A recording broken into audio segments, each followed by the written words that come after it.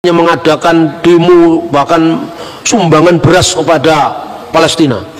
Kalau orang Palestina kan nggak makan nasi, berasnya dimakan siapa sekarang? Nah kemudian baru-baru beberapa tahun terakhir ini mereka ingin menerima solusi dua negara damai, tetapi minta wilayah sebelum perang, yang nggak bisa dong. Loh, kamu kemarin kan ngelawan perang, setelah perang saya menang, masa wilayah yang sebelum perang yang ditentukan PBB kamu minta lagi? Nggak bisa. Jadi itu dikatakan pencaplokan wilayah-wilayah Palestina itu sejatinya tidak seperti itu. Ini secara jujur. Kemudian yang terakhir, pemindahan kedutaan Israel, yang kedutaan Amerika yang selama ini di Tel Aviv dipindah ke Yerusalem. Heboh di seluruh dunia, orang Indonesia ikut heboh mengadakan demo bahkan sumbangan beras kepada Palestina. Kalau orang Palestina kan nggak makan nasi, berasnya dimakan siapa sekarang? Tapi memang orang Indonesia itu pinter ya, dia ikut-ikut seolah-olah ngomong Palestina padahal duitnya nggak ke Palestina.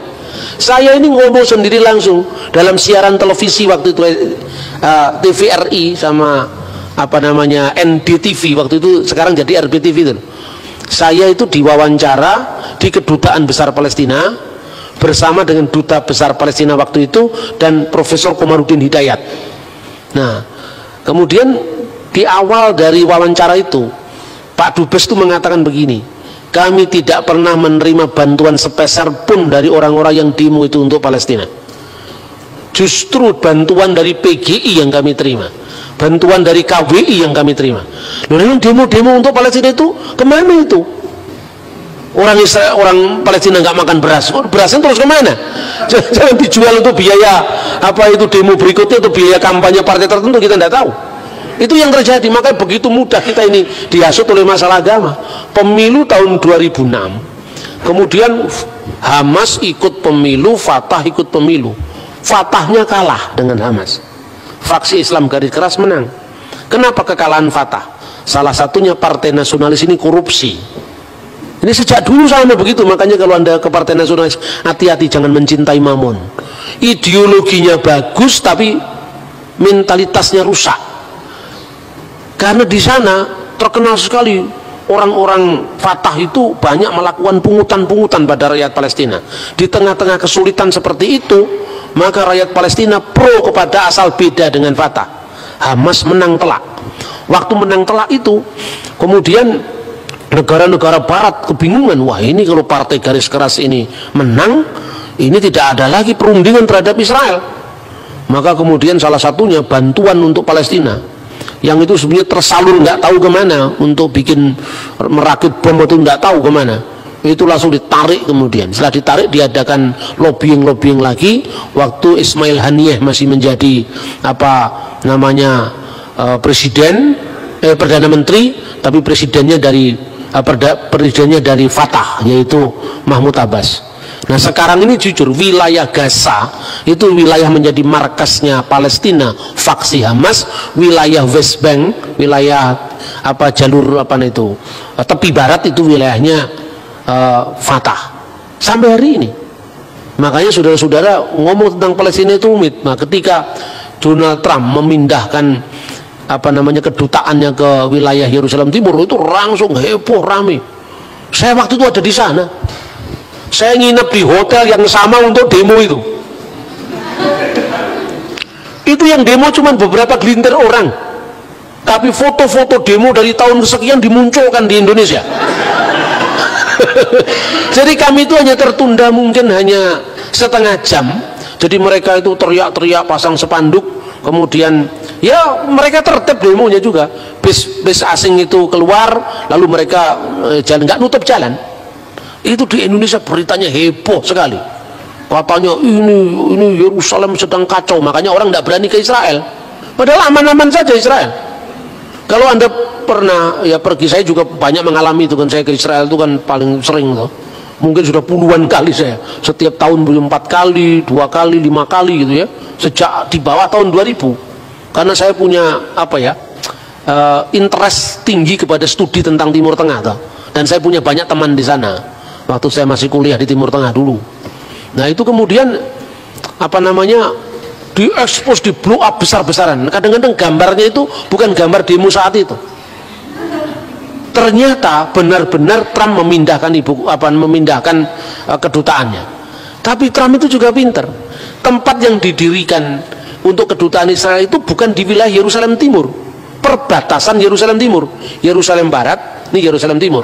PBB menentukan yang disebut Corpus Paratum itu hanya Yerusalem Timur, di mana Bait Allah di dalamnya. Sementara Yerusalem Kota Baru itu tidak termasuk wilayah yang Corpus Paratum tadi. Nah, Trump mendirikan itu di sini. Ini di bawah, ini Yerusalem Barat, bukan Yerusalem Timur. Jadi kalau mereka ngugat rame-rame, ini kan bukan Yerusalem Timur, ini Yerusalem Barat, tapi tetanggaan dikit aja, gitu. Kalau orang nyebrang di sini, lewat garis ini Anda sudah bisa beli makanan, beli jus, beli minuman di sini. Jadi kira-kira kalau pegawai kedutaannya besar, dia mau jajan, ya sebelah sini juga Yerusalem Timur, tapi posisi gedungnya itu tidak di wilayah Yerusalem Timur, tapi di wilayah Yerusalem Barat yang tidak termasuk dalam definisi Corpus Paratum tadi.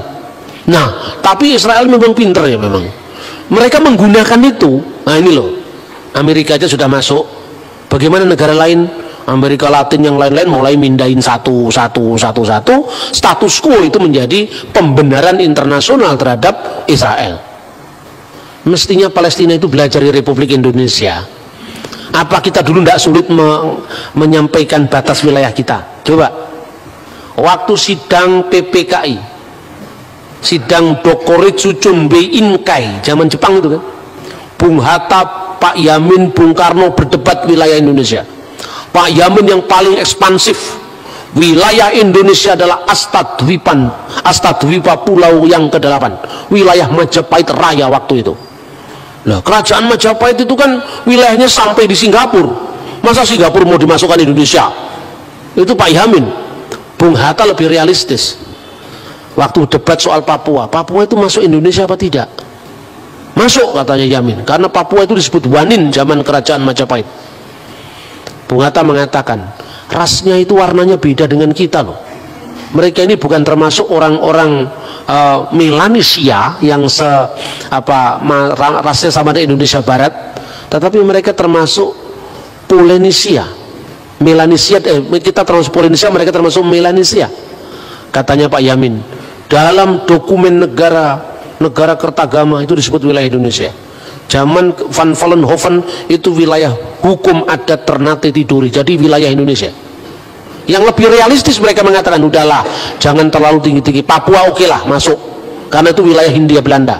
Tetapi daerah-daerah lain seperti Thailand jelas nggak masuk, sekalipun dulu masuk Majapahit. Lalu yang paling masuk akal, bekas jajahan Hindia Belanda adalah wilayah Indonesia. Tapi Belanda kan nggak mau mengakui. Yang pertama-tama diadakan mulai dari konferensi perjanjian Linggarjati, Renville sampai Meja Bundar kan. Pada awal-awal tahun 46 perjanjian Linggarjati hanya mengakui Indonesia itu wilayahnya seluruh Jawa, Madura dan Sumatera. Tapi Indonesia terima. Kenapa terima? Ini kan sebagai titik pijak secara hukum bahwa de facto mereka mengakui kemerdekaan kita. Itu jeniusnya para founding fathers kita. Oke, sementara akui saja, nanti menjalar, itu loh kira-kira. Kemudian tahun 48 diadakan lagi yang namanya wilayah Indonesia, termasuk adalah Jawa Tengah, Jogja plus Sumatera. Nah, lebih panjang lagi ya. Kemudian Indonesia menerima 3 delegasi asing. Waktu itu Amerika Serikat, Australia dan Belgia. Gencatan senjata dilakukan dengan Van Mook. Artinya apa? Kalau sudah delegasi asing masuk ke Indonesia, berarti secara hukum internasional de facto dan de jure diakui ini wilayah Indonesia. Baru kemudian 2 November tahun 49 Belanda menyerahkan wilayah Indonesia tanpa syarat, dengan perkecualian Papua. 1960-an lewat diplomasi yang terus-menerus semua wilayah NKRI ini utuh. Dari tahun 46 sampai tahun 60-an itu dilakukan. Coba kalau Palestina tidak terlalu temperamental, sabar itu kan, orang sabar lebih daripada pahlawan, pasti dapat. Lah orang menolak opsi 2 negara damai koeksistensi dalam satu wilayah, sudah nolak memerangi, setelah perang kalah minta lagi, yang ini nggak bisa dong. ini bahasa vulgarnya seperti itu, karena ini konsumsi jemaat. Saya kalau bicara begini di PGI nggak seperti ini. Saya diundang oleh PGI bicara tentang dalam rangka 70 tahun WCC. Saya bicara tentang posisi Israel Palestina di dalam diskursus dialog Kristen Islam. Karena pesertanya tidak hanya dari kalangan Kristen, saya bicaranya ya lebih akademis lah. Karena ini dalam konteks jemaat ya saya agak guyon aja supaya semua pesannya bisa ditangkap dengan baik. Lebih-lebih yang dari STT, dari sekolah teologi, kiranya ini bisa memperkaya wawasan kita tentang tanah Israel dan segala problematiknya, baik dari aspek biblical maupun dari aspek hukum internasional dan kacamata politik modern. Terima kasih.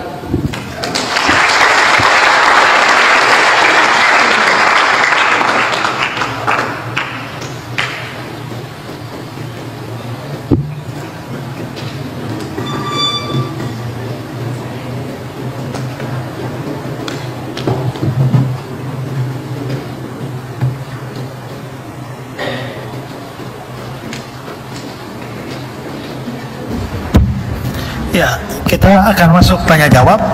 Satu orang satu. Kalau saudara tanya 2 atau 3, kita hanya akui 1. Ya, sampai supaya lebih banyak orang dapat kesempatan. Dan ada mic yang disiapkan. Ya, tolong ini kamera ada yang atur.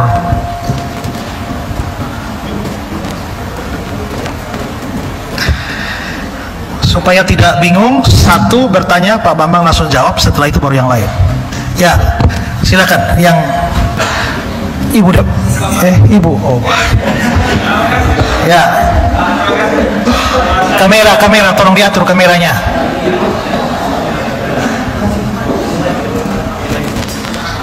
Terima kasih. Nama saya Ian dari komponen Perkantas. Pertanyaan saya begini, Pak. Kadang-kadang 1 Korintus 1 itu dilupakan dalam ketika kita belajar mengenai Israel, Pak. Maksudnya kita terlalu mengagumi kehebatan kebijaksanaan pikiran orang Israel, sedangkan kalau di konsep perjanjian lama kita melihat bahwa Daud itu sering bilang jangan ambil rohmu daripada aku. Jadi dan kata lain orang Israel itu bodoh dan lemah juga seperti yang tertulis dalam 1 Korintus 1, Pak. Jadi pertanyaan saya, bagaimana kita tetap bisa istilahnya menyaring, memfilter bagian mana yang perlu kita pelajari dari Israel dan bagian mana yang tidak perlu, Pak. Karena sejujurnya orang zaman sekarang ini kalau saya lihat, Pak, dia gayanya gaya Yunani, Pak. Jadi kebijaksanaan, sofi-sofi kayak gitulah, Pak. Jadi mohon tanggapannya, Pak. Terima kasih. Ya, langsung Pak Bambang. Ya, terima kasih. Memang konteksnya 1 Korintus 1 itu kan bicara tentang orang Yunani dan orang Yahudi. Orang Yahudi meminta tanda, orang Yunani mengejar hikmat, kan gitu kan? Nah, orang Yahudi meminta tanda, karena tanda di situ adalah tanda mujizat. Sementara mereka mengharapkan Mesias itu kan Mesias politik yang menang perang. Nah, kok malah disalib kan itu kan? Makanya bagi orang Yahudi itu satu batu sandungan. Kita berharap Mesias yang menang, kok masa Mesias yang disalib? Bagi orang Yunani, kalau orang Yahudi meminta tanda, mujizat, orang Yunani Sophia Setousin, mengejar Sophia. Sophia itu yang menjadi kata filosofia, mencintai kebijakan. Dari kata filosofia kemudian muncul kata filsafat. Bagi orang Yahudi itu adalah satu batu sandungan karena nggak cocok dengan apa yang mereka inginkan. Mesias menang, Mesias politik, ternyata Yesus disalib. Tapi bagi orang Yunani itu satu kebodohan. Mereka merasa sebagai bangsa yang telah melahirkan para pencerah peradaban, Plato, Aristoteles, bahkan kita belajar teori atom dari Demokritus, dari teori Pitagoras sampai di geran matematika itu muncul dari Yunani. Kira-kira seperti itu. Bagi orang Yahudi adalah batu sandungan, bagi orang Yunani kebodohan. Tetapi Allah menantang mana orang yang mau mendebat, mana itu orang berhikmat. Ya kira-kira seperti itu. Salib yang menjadi kebodohan bagi orang Yunani, salib yang menjadi batusan bagi orang Yahudi. Bagi kita yang diselamatkan, salib adalah kekuatan Allah dan hikmat Allah. Nah, ini konteksnya orang Yahudi mungkin lamban secara rohani. Dan kalau mereka cerdas secara rohani kan mereka sudah terima Tuhan Yesus. Tetapi ini tidak mengurangi hormat kita pada setiap orang yang berpas untuk mencerahkan peradaban. Karena kita pakai YouTube, pakai Google kan yang bikin orang Yahudi. Ya kan? Jadi ini kalau urusan kecerdasan Google, kecerdasan YouTube, Wikipedia, kita ikut Yahudi. Kalau urusan keselamatan surga jangan ikut Yahudi, tapi ikut Tuhan Yesus. Itu kira-kira. Jadi bodoh yang mana ini? Kalau bodoh dalam konteks iman, ya. Tetapi kalau dalam konteks ilmu pengetahuan, ya kita masih berhutang sama orang Yahudi sampai hari ini. Saya kira itu. Oke, baik. Berikut.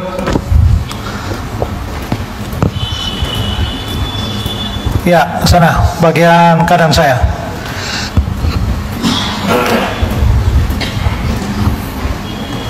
Baik, terima kasih. Saya Ray dari PMK. Jadi saya ingin bertanya, kan dari berdasarkan hal yang tadi diberikan oleh Bapak Bambang itu disebutkan bahwa kita orang Kristen ini tidak lagi mengetahui Yerusalem sebagai kota suci dan kita ini sedang menunggu Yerusalem yang kedua begitu. Yang ingin saya tanyakan itu kan sekarang masih lagi dalam konflik Israel Palestina. Yang ingin saya tanyakan itu apa tempat berdiri kita sebagai orang Kristen dalam mendukung hal tersebut?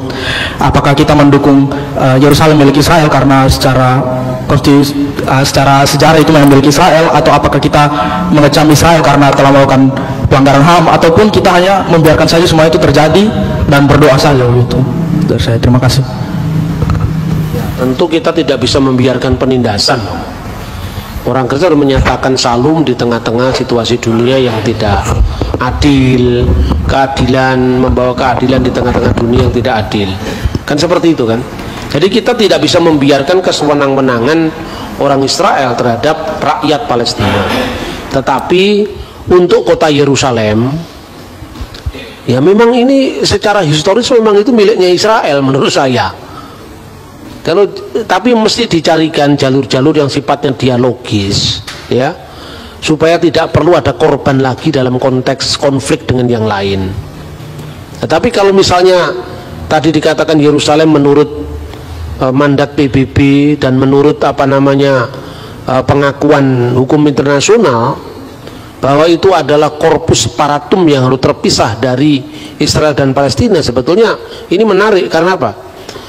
Palestina ibu kota Ramallah, Israel ibu kota Tel Aviv, kan gitu kan? Tapi Israel ingin Yerusalem tetap menjadi ibu kota mereka. Nah, menurut saya asal bukan Yerusalem Timur, kan sebetulnya itu bukan wilayah Yerusalem yang dimasukkan dalam korpus separatum tadi. Yerusalem wilayah Timur itu Yerusalem kuno itu loh. Karena di situ ada Bait Allah, karena di situ ada sejarah mereka, bangsa Yahudi. Mereka tidak ingin dilepaskan dari sejarah masa lalunya gitu loh. Bagi kita orang Kristen mungkin nggak terlalu emosional seperti orang Yahudi. Tapi kalau Anda orang Kristen, darahmu Yahudi tetap akan terikat dengan itu. Kan gitu kan kira-kira. Jadi bagaimana mencari solusi itu? Ya salah satunya begini, soal politik bisa diselesaikan dalam konteks dialog-dialog lewat forum-forum internasional, tidak usah lewat perang. Nah yang kedua, persoalan HAM-nya diselesaikan. Nah ini menarik sekarang terakhir-akhir ini ya. Orang Yahudi itu, orang Israel itu mengantisipasi kira-kira kalau jumlah penduduk Palestina nggak di stop, itu pasti kalah mereka. Itu loh. Makanya ini kekhawatiran juga, karena orang Israel itu anaknya cuma 2, cuma 3. Orang Palestina anaknya banyak-banyak, lebih-lebih yang Islam karena boleh menikah lebih dari 1. Katakanlah ini guyonan ini, kalau istrinya 4, masing-masing anaknya 4 kan 4 kali 4 sama dengan 16. Sempat tidak sempat supaya dibalas kan itu kan. Itu kan kalah. Jumlah orang Palestina Kristen juga kalah. Karena apa? Kira-kira sebelum perang Yom Kippur, perang 6 hari, itu jumlahnya masih di atas 20%, hampir 30%. Tapi sekarang Anda tahu jumlahnya orang Kristen di Palestina tidak sampai 5% sekarang. 5% lebih atau kurang 5%. Karena apa? Dalam konflik-konflik masalah itu mereka banyak keluar negeri, ke Amerika, ke Kanada, kemana, ditinggalkan karena mencari masa hidup yang masa depan yang lebih baik. Kota Nazaret yang dikenal sebagai kotanya Yesus, sekarang jumlahnya tidak signifikan seperti dahulu. Kota Nazaret itu mungkin masih 50-50 Islam Kristennya, tetapi Bethlehem mayoritas Islam sekarang, Kristennya nggak sampai 5% mungkin. Itu yang terjadi. Nah, dalam kondisi seperti ini, soal-soal pendekatan politik tidak semuanya bisa menolong. Karena apa? Kalau soal politik, orang itu disuruh menunda, sabarlah dulu, di sini ini kota Kristen loh, jangan kemana-mana. Tapi mereka sengsara setiap hari. Mereka keluar dari sana karena orang Kristen punya pendidikan rata-rata lebih bagus. Anaknya mereka cuma 2, paling banyak 3 lah. Nah, kira-kira seperti itu. Kemudian terakhir ini menarik, saudara-saudara. Sebelum negara Israel itu berdiri, di sana ada komunitas Katolik yang berada di Holy Land, entah itu Urdu Fransiskan, yang banyak berjasa di dalam mengeksplorasi naskah-naskah Qumran, naskah Laut Mati. Suatu ketika itu dia melihat ada kecemasan ini, wah ini kalau begini bisa-bisa jumlah orang Palestina Kristen itu akan habis. Jadi dua-duanya bermain. Ini menarik ini. Orang Israel bermain sekarang ini. Ada program namanya Taglit. Taglit itu apa? Mereka ini mengundang keturunan-keturunan Israel yang ada di luar negeri. Jadi kalau Anda bisa membuktikan DNA-mu turunan Israel, bisa Anda jadi warga negara Israel. Itu diundang ke sana. Setelah diundang ke sana, mereka dikasih tempat ziarah. Salah satu ziarah itu bukan ke Bethlehem, nggak ada kaitannya dengan orang Yahudi kecuali di makam Rahel, ya. Tapi mereka di Hebron, di makam Rahel, bukan di gua kelahiran Yesus. Lalu di Bait Allah, di tembok ratapan. Lalu ziarah terakhir itu diadakan di Yad Vashem, tempat di mana museum untuk korban-korban penindasan Nazi, di mana bekas jubah yang berlumuran darah karena orang-orang Yahudi dibantai orang Jerman, itu dimuseumkan. Sampai keluar dari museum itu mereka nangis.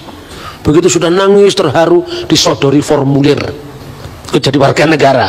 Dan itu berhasil banyak untuk mengejar ketertinggalan mereka dengan penduduk Palestina. Dan itu fakta bahwa jumlah penduduk itu sangat menentukan.